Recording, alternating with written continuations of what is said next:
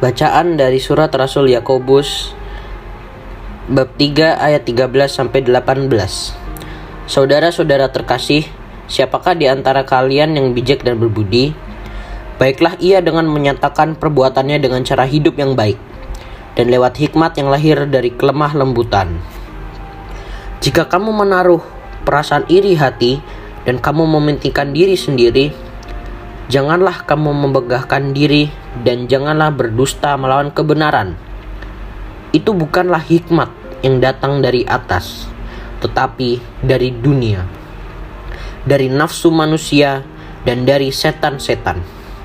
Sebab di mana ada iri hati dan mementingkan diri sendiri, di situ ada kekacauan dan segala macam perbuatan jahat. Tetapi hikmat yang dari atas itu pertama-tama murni, selanjutnya pendamai, peramah, penurut, penuh belas kasihan, dan buah-buahan yang baik, tidak memihak dan tidak munafik. Dan buah yang terdiri dari kebenaran itu ditaburkan dalam damai, untuk mereka yang mengadakan damai. Demikianlah sabda Tuhan. Syukur kepada Allah. Bacaan Injil Markus bab 9 ayat 14-29. Aku percaya ya Tuhan, tolonglah aku yang kurang percaya ini. Inilah Injil suci menurut Markus. Dimuliakanlah Tuhan. Pada suatu hari, Yesus bersama Petrus, Yakobus, dan Yohanes turun dari gunung, lalu kembali pada murid-murid lain. Mereka melihat orang banyak mengerumuni para murid itu, dan beberapa ahli Taurat sedang mempersoalkan sesuatu dengan mereka. Ketika melihat Yesus, orang banyak itu tercengang-cengang semua dan bergegas menyambut Dia. Yesus lalu bertanya kepada mereka, "Apa yang kamu persoalkan dengan mereka?" Kata seorang dari orang banyak itu, "Guru, anakku ini kubawa kepadamu, karena ia kerasukan roh yang membisukan dia.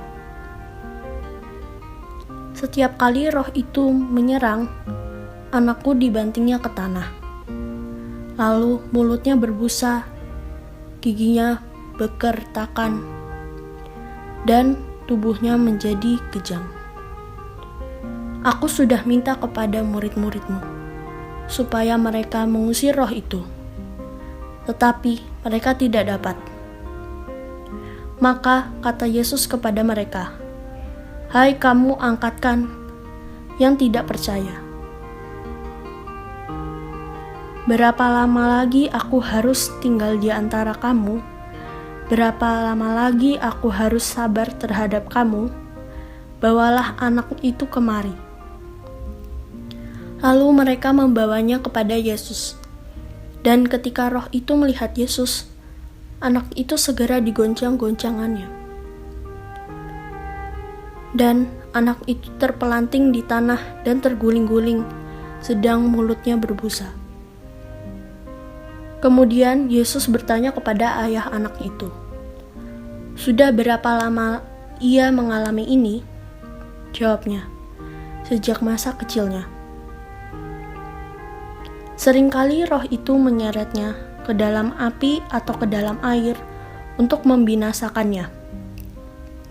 Sebab itu, jika engkau dapat berbuat sesuatu, tolonglah kami dan kasihanilah kami." Jawab Yesus, "Katamu, jika engkau dapat, tidak ada yang mustahil bagi orang yang percaya." Segera ayah anak itu berteriak, "Aku percaya, tolonglah aku tidak percaya ini." Ketika Yesus melihat makin banyak orang yang datang berkerumun, Yesus menegur roh jahat itu dengan keras. Katanya, "Hai, kau roh yang menyebabkan orang menjadi bisu dan tuli, aku memerintahkan engkau, keluarlah dari anak ini, dan jangan memasukinya lagi." Lalu keluarlah roh itu sambil berteriak. dan menggoncang-goncangkan anak itu dengan hebatnya. Anak itu kelihatannya seperti orang mati, sehingga banyak orang mengatakan ia sudah mati. Tetapi Yesus memegang tangannya dan membangunkannya. Lalu ia bangkit sendiri. Ketika Yesus sudah di rumah, dan murid-muridnya sendirian dengan dia, bertanyalah mereka, "Mengapa kami tidak dapat mengusir roh itu?" Jawab Yesus, "Jenis ini tidak dapat diusir kecuali dengan berdoa." Demikianlah sabda Tuhan. Terpujilah Kristus.